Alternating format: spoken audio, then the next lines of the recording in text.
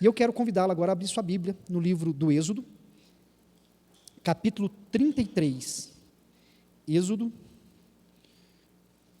capítulo de número 33. Eu quero fazer a leitura a partir do verso de número 12.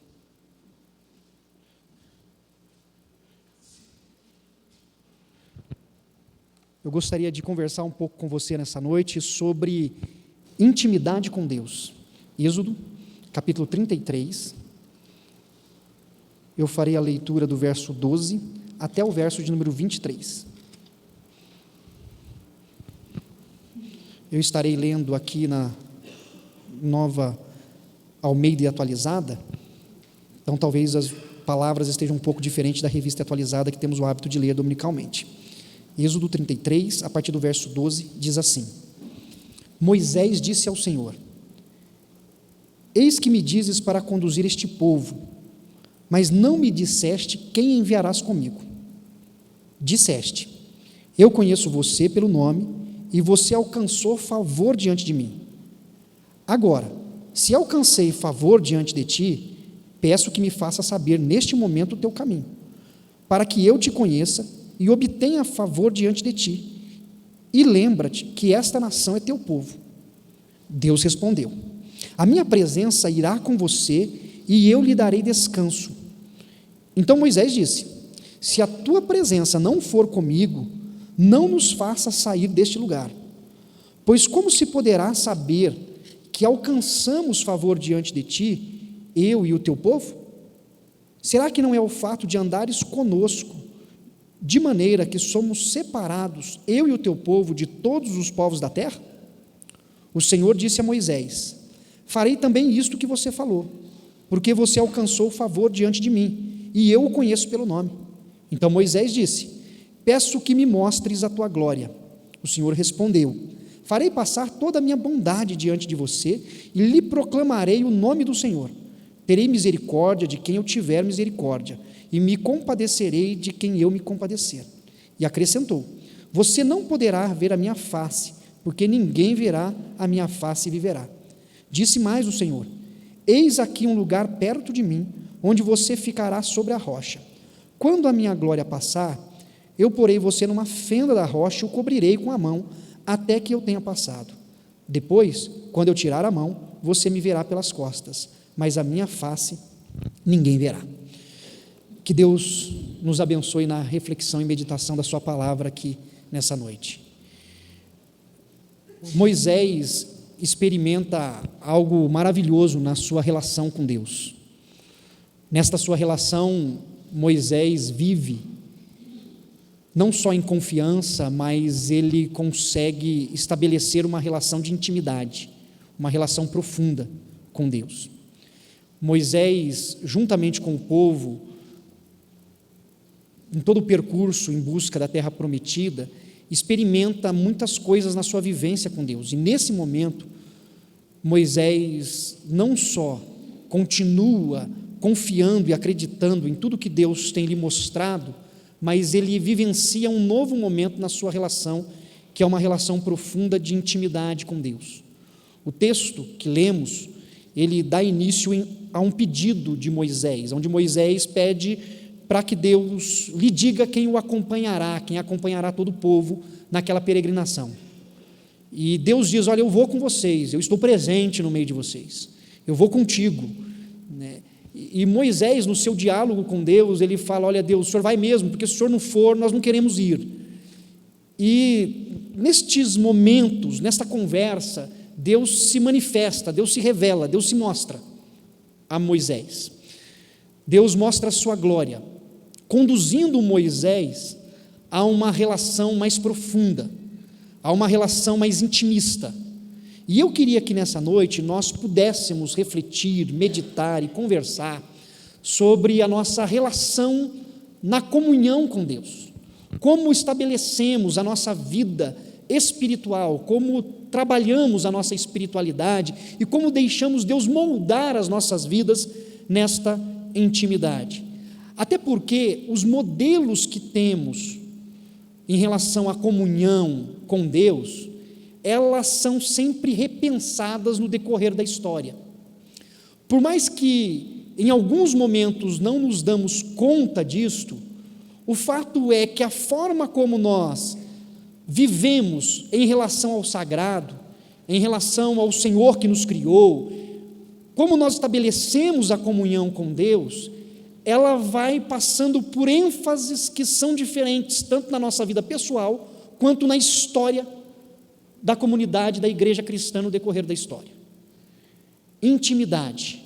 O que é viver esse conceito de intimidade para você na sua espiritualidade? Em todo o tempo nós falamos sobre vida com Deus, mas como se dá a sua vida com Deus? O que é ser íntimo de Deus? Como você se sente próximo de Deus? Como você verbalizaria a sua relação com Deus? Como você consegue compreender que você está vivendo segundo a vontade de Deus, agradando a Deus, e poder ouvir como o próprio Moisés ouviu da boca do Senhor, dizendo: eu me agrado de ti? Porque foram essas palavras do Senhor para Moisés nesse diálogo de profunda intimidade. O Senhor falou a respeito da sua alegria: eu conheço você pelo nome e você alcançou favor diante de mim. Eu me agradei de você, eu me agrado de você.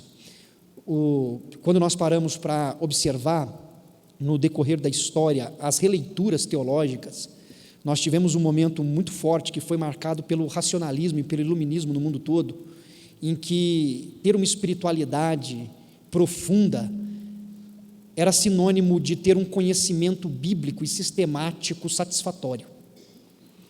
O racionalismo trouxe isso para a reflexão da nossa espiritualidade. Quanto mais você sabe, quanto mais você conhece, quanto mais bagagem você adquire, quanto mais teologia você consome, mais espiritual você parece. Muitos de nós podemos não ter essa consciência de que isso faz parte de uma releitura teológica, mas muitos de nós fomos ensinados, doutrinados a pensar a espiritualidade, a intimidade com Deus no conhecimento que a gente adquire. Quanto mais sabemos, parece que mais espirituais somos. Quanto mais versículos recitamos, mais demonstração de comunhão com Deus parece que é apresentada das nossas vidas. O racionalismo e o iluminismo trouxe muito para nós essa releitura teológica de que precisamos conhecer. Por isso, tantos livros publicados, por isso, tanta teologia elaborada, tantos dogmas compartilhados. Essa é uma perspectiva da espiritualidade. Mas como a vida é dinâmica, como em cada lugar do mundo há a sua cultura, há muitas formas de se enxergar a espiritualidade. O cisma que ocorreu no Oriente em 1054, onde houve uma separação da igreja ortodoxa e da igreja católica, foi marcada por uma espiritualidade diferente, uma forma de enxergar a espiritualidade de uma maneira diferente. Se por um lado o Ocidente focalizou numa espiritualidade mais cartesiana, mais racional, o Oriente foi marcado por uma espiritualidade de mais relacionamento. Por isso que quando você olha a história, os movimentos monásticos, onde as pessoas deixavam os centros urbanos e iam para o deserto, iam para lugares isolados, viviam sozinhos ou construíam uma comunidade, uma fortaleza, onde o silêncio era uma das principais coisas a serem observadas, é porque no Oriente a espiritualidade era focada nesta sua relação pessoal com Deus. Você e Deus. É uma releitura da teologia a respeito da nossa comunhão, da nossa intimidade. Quanto mais resguardado, quanto mais afastado, quanto menos você se submete à interferência externa de uma cultura secular, mais espiritual você se mostra. E isto foi levado como um conceito de espiritualidade, desde 1054, com o cisma do Oriente. São perspectivas que nós vamos tendo que, com o decorrer da nossa caminhada, vão se concretizando na forma como nós enxergamos Deus e como nós nos relacionamos com Deus. O movimento teológico na América Latina e na América Central trouxe como preocupação e como ênfase que a espiritualidade precisava ser vivida no cuidado com o próximo, no cuidado social, distribuição de renda, o cuidado com a pobreza, a falta de saneamento básico.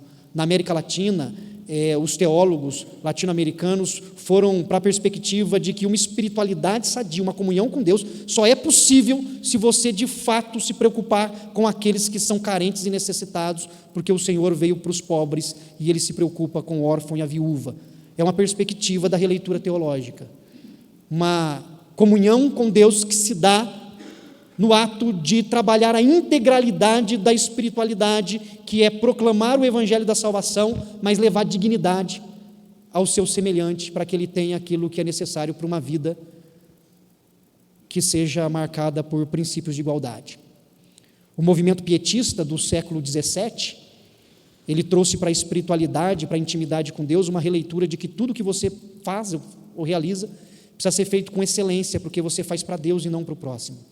Porque você faz primeiramente para o Senhor. Então, quando você lê livros que trabalham com o pietismo, ele vai mostrar que naquela época, trabalhadores, como um carpinteiro, por exemplo, fazia um banco com perfeição, porque ele entendia que no exercício da sua profissão, quando ele estava produzindo um material que seria consumido por alguém, ele estava fazendo algo para Deus, para a glória de Deus. Então, ele fazia de maneira muito caprichosa e delicada, porque ele não estava tão somente elaborando um produto, mas ele estava glorificando a Deus e demonstrando a sua devoção, a sua intimidade para com o Senhor naquilo que ele realizava. Esses são alguns exemplos que eu poderia deixar para você aqui nessa noite, de como a ideia de ser íntimo de Deus, ela tem perspectivas diferentes ou talvez complementares. Uma forma de enxergar aquilo que está diante de nós. E o convite do Senhor para nós, como foi para Moisés, é que nós estabeleçamos uma relação de intimidade profunda para com Deus no nosso cotidiano. Como você vê a sua relação com Deus, uma relação profunda? Quando o Senhor fala com Moisés, no primeiro verso que nós lemos, a pergunta de Moisés está focada numa questão relacional. Ele diz: olha, quem vai nos acompanhar? Quem vai com a gente? Porque nós não queremos ir sozinhos. Moisés manifesta aqui a sua insegurança. Moisés manifesta o seu medo. Há algo afligindo o coração de Moisés. E Moisés quer saber quem os acompanhará nesse processo todo. O diálogo é estabelecido nesse primeiro momento a partir de alguém que reconhece as suas fragilidades e que necessita de alguém que sirva de apoio, de renovo, de esperança. Por mais que seja algo que demonstra-se como positivo, precisamos tomar muito cuidado para que a nossa relação com Deus não seja uma relação marcada tão somente pela necessidade que temos de satisfazer os nossos anseios e preocupações. Uma relação consumista, uma relação: Deus, eu preciso do Senhor, porque se o Senhor não me ajudar, as coisas não darão certo. Senhor, eu preciso de Ti porque eu tenho medo, e se o Senhor não me dar a sua coragem, eu não consigo prosseguir. Uma relação não só focada numa necessidade específica ou pessoal, porque lamentavelmente as relações humanas, e de uma maneira um pouco mais ampla, a relação com o divino, também pode ser estabelecido por uma experiência de troca, porque eu preciso, eu procuro. Se eu não preciso mais, eu não procuro. Se eu passo por um problema, eu clamo a Deus por socorro, mas quando eu não tenho problemas, eu me esqueço do Deus que me socorre. Esta a primeira imagem que nós vemos no texto lido, de um Moisés que confia em Deus, mas que apresenta uma preocupação, e Deus o leva, à medida que os versículos vão sendo lidos, Deus o leva a uma relação mais profunda do que esta relação de troca que Moisés apresenta nesse primeiro momento. E quando nós olhamos para todo o povo, nesse período da libertação do Egito até a terra prometida, há muitas formas das pessoas se relacionarem com Deus. Quando você vai no capítulo 19, que é alguns capítulos atrás, no próprio livro do Êxodo, você vai ver que haviam pessoas ali que viam a glória de Deus, mas que não podiam subir o monte, não podiam desfrutar dessa intimidade com Deus. Eram pessoas que viam Deus se manifestando, falando com Moisés, mas a relação deles era de distância, havia um distanciamento. Eles não queriam, inclusive nomearam Moisés, disseram: olha, vai você, representa a gente diante de Deus, porque se nós formos até a presença de Deus, nós morreremos. Um grupo de pessoas que não tinha o desejo, o interesse de estabelecer uma intimidade profunda com Deus. Eram religiosos, mas uma religiosidade mórbida, uma religiosidade que não avançava numa relação profunda com Deus. E mesmo havendo tantos séculos que separam o texto das nossas vidas, podemos, lamentavelmente, ter uma relação de espiritualidade que se limita apenas a um conhecimento religioso, a um ritual que é praticado na comunidade, ao invés de uma vivência profunda. Havia um círculo exterior nessa relação. E quando aprofundamos um pouco mais na forma como as pessoas ao redor de Moisés viviam, haviam outros que estabeleciam uma relação um pouco diferente. No capítulo 24 do livro do Êxodo, a partir do versículo número 9, nós temos algumas figuras como Arão, Ur, os 70 anciãos e outras pessoas que já tinham um conhecimento um pouco mais aprofundado do que aqueles que já queriam que Moisés os representasse e subisse ao monte. Esses, de maneira um pouco diferente, tinham um conhecimento um pouco mais próximo de Deus, mas apenas teórico. Eles justificavam seus erros, suas mazelas, e não queriam uma relação mais profunda. Tanto que, quando Moisés é chamado pelo Senhor para subir o monte, na experiência em que ele fica 40 dias e 40 noites, para receber as tábuas da lei, esse grupo que ficou, Arão, Ur, os 70 anciãos e todo o povo, eles não conseguem aguardar esse período que é longo e constroem para si uma imagem que é o bezerro de ouro para adorar. O tempo passa, eles dizem: bom, Deus se esqueceu de nós, Moisés não voltou, façamos para nós um Deus o qual possamos adorá-lo. E eles constroem, jogam todo o ouro, funde todo o ouro e sai uma imagem de um bezerro de ouro, e eles começam a adorá-lo. Um grupo de pessoas que estava ali na marginalidade, à margem de Moisés, que tinha um conhecimento teórico da graça de Deus, do amor de Deus, de quem é Deus, mas que a sua intimidade não era tão profunda ao ponto de se manter firme e fiel até o fim. São formas de se relacionar, são formas de viver a espiritualidade que temos diante do Senhor.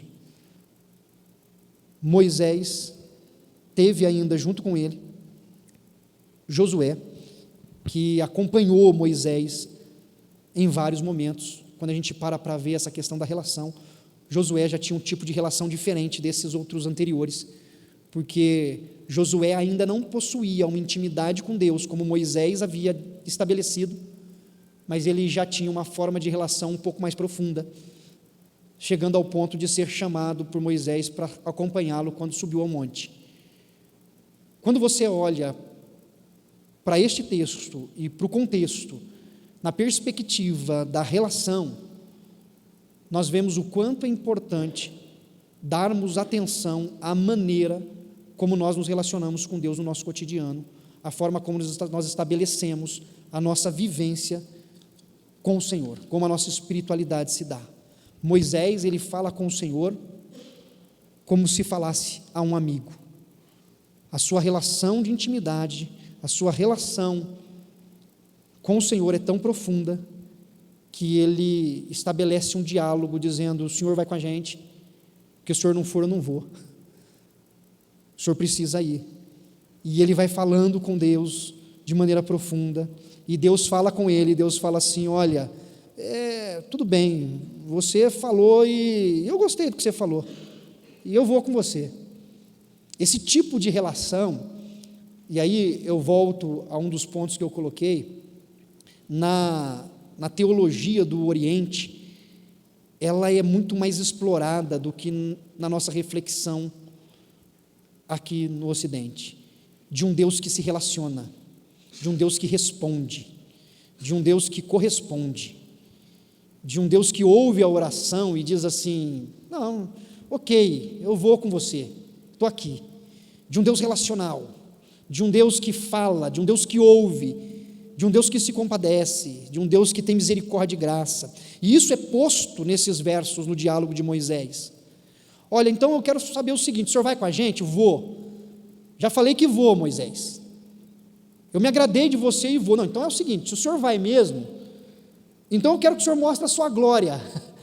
Mostre um pouquinho da tua glória para mim, para eu ter plena certeza que o senhor vai mesmo. Aí Deus fala o seguinte: não, tá bom, eu vou passar. Eu vou mostrar a minha bondade, porque se eu mostrar mais do que isso, você está perdido. Eu vou mostrar a minha bondade. Mas é o seguinte: você vai ficar no meio da rocha, você não vai ver tudo, tá bom? Você vai fechar o rosto, porque os olhos, eu vou passar, e depois que eu passar, você vai ver só um pouco. Um Deus que se relaciona, um Deus que fala, um Deus que mostra, um Deus que aceita. Você quer ver? Quero ver. Então tá bom, vou me mostrar. Porque Deus podia dizer: vai querer continuar vendo. Você quer ver, mas não vai ver. Pronto, manda quem pode, obedece quem tem juízo. Mas Deus se dá a conhecer, Deus se relaciona, Deus estabelece intimidade, e nós podemos ver a face de Deus em Cristo Jesus, o nosso Senhor. Deus se fez carne, habitou entre nós e manifestou toda a sua glória na pessoa de Jesus Cristo.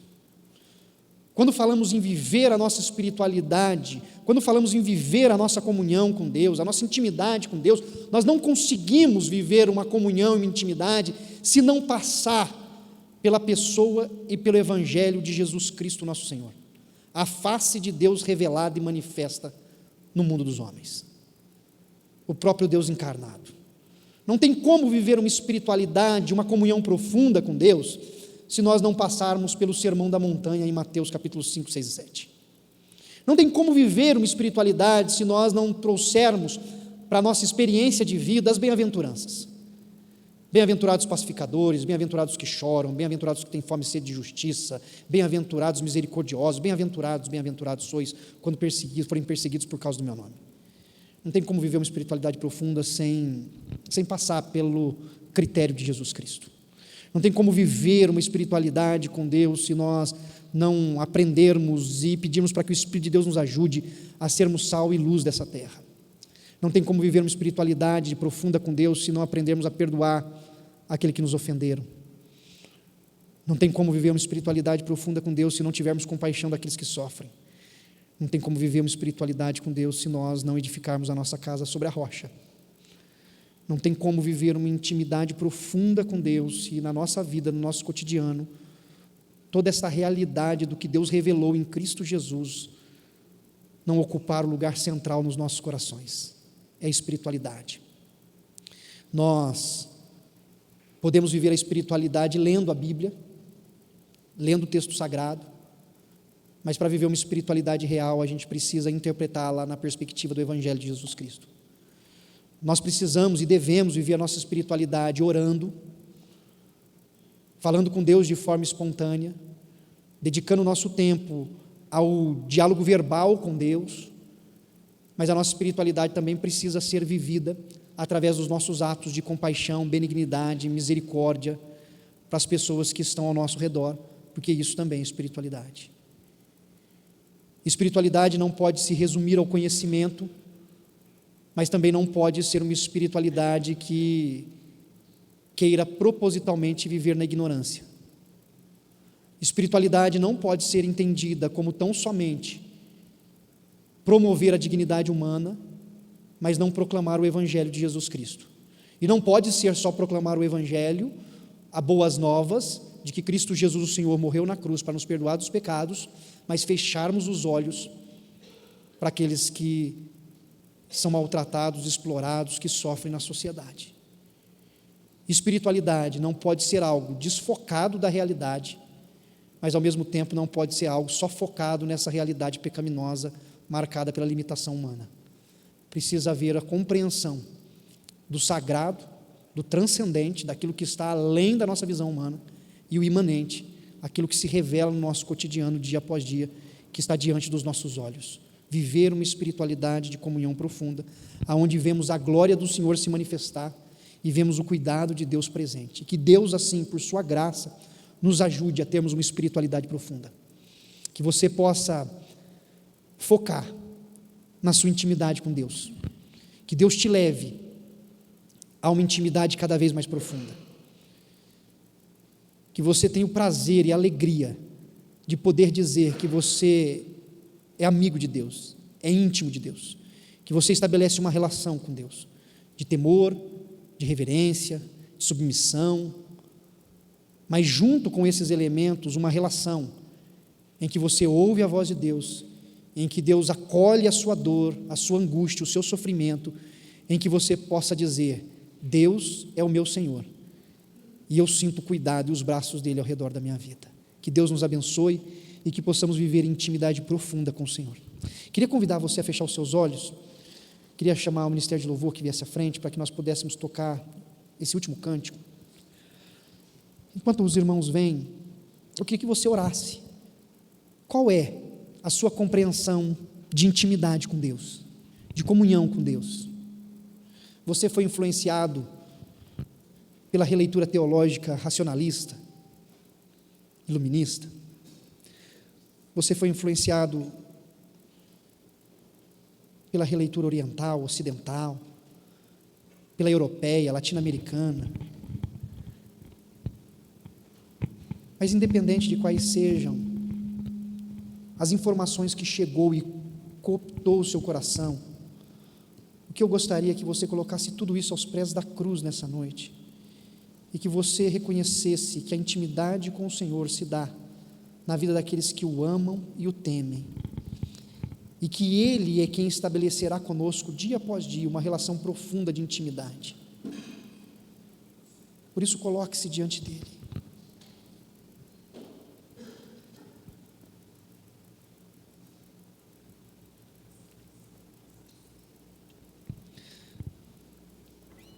Senhor,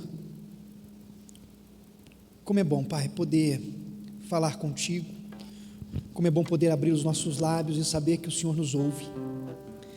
Ser amigo do Senhor, viver em intimidade contigo, é vivermos uma espiritualidade onde sabemos que o Senhor atende a nossa oração, o Senhor escuta o nosso clamor, o Senhor se compadece de nós. E aqui, ó Deus, nessa noite nós pedimos que o Senhor nos ajude, conduza-nos, ó Deus, conduza cada um de nós a uma relação profunda contigo, Deus. Tira-nos de uma religiosidade, tira-nos, ó Deus amado, de uma relação às vezes marcada só pelos rituais, pelo conhecimento, pela rotina que temos no nosso cotidiano, de irmos semanalmente ao templo, de frequentarmos uma ou outra reunião. Deus, que a nossa intimidade seja cada vez mais profunda, que quando estivermos aqui no templo, quando estivermos em outras reuniões, quando estivermos no trabalho, quando estivermos nas nossas relações com os nossos amigos, que tudo isso revele e manifeste o coração de homens e mulheres que de fato ouvem, conseguem discernir a sua voz e a sua presença. Ah, Pai amado, que o Senhor manifeste a tua glória por meio de Cristo Jesus em nossa caminhada, que possamos ver a face de Cristo Jesus no nosso cotidiano, que possamos, ó Pai eterno, quando nos levantarmos, orarmos e de fato termos a plena certeza que o teu Espírito em nós nos acompanha. Quando falharmos, errarmos, pecarmos, que teu Espírito nos incomode, que em nós haja arrependimento, confissão, e que possamos nos alegrar no teu perdão. Ah, Deus, traga-nos uma intimidade profunda. É o que eu peço a Ti em nome de Cristo Jesus, o nosso Senhor.